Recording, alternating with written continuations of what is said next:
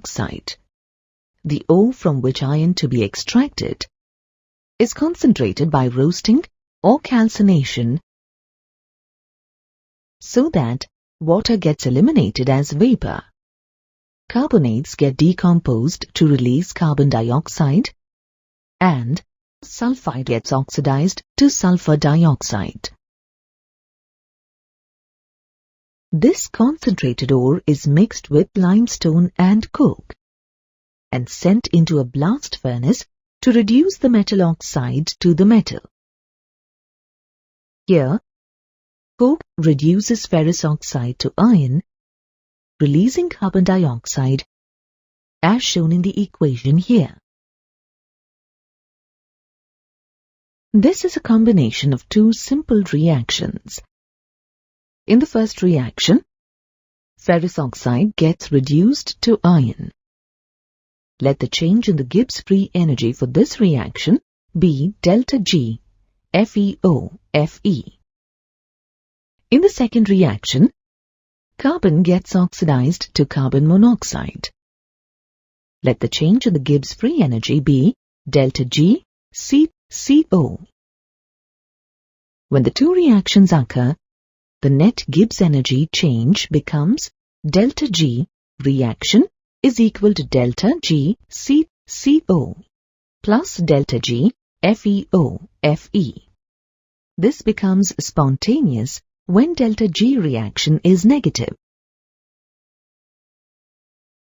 Ellingham's diagrams are useful in predicting the conditions under which a metal ore can be reduced to the metal. It gives information to predict the equilibrium temperature between the metal oxide and the metal. If a graph is plotted for standard Gibbs energy change delta G naught against temperature in Kelvin scale, capital T for both these reactions, then it will go upwards for the reduction of ferrous oxide to iron FeO(Fe) and downwards for the oxidation of carbon to carbon monoxide CO. From the graph, you can see that at a temperature above 1073 Kelvin, carbon reduces iron oxide to iron, but itself undergoes oxidation to form carbon monoxide. Thus, the carbon monoxide oxidation line crosses the iron oxide iron reduction line and then remains below it. Let us apply this concept to the extraction of iron in a blast furnace. In the furnace, iron oxide is reduced at different temperatures. Iron oxide ore is introduced into the furnace from the top. At the same time, coke is burnt in the lower portion of the furnace, blowing hot air to produce a temperature of 2200 Kelvin.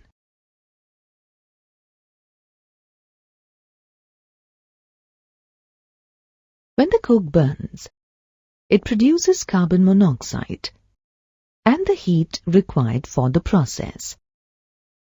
The heat produced moves upwards along with the carbon monoxide. The temperature at the top of furnace is lower, and hence iron oxides like Fe3O4 and Fe2O3 get reduced to FeO in different stages. This corresponds to the intersection points in the curves which we just discussed. Let us now see how iron oxides get reduced to iron in different temperature ranges. Between 500 and 800 Kelvin, carbon monoxide reduces iron oxides as shown here.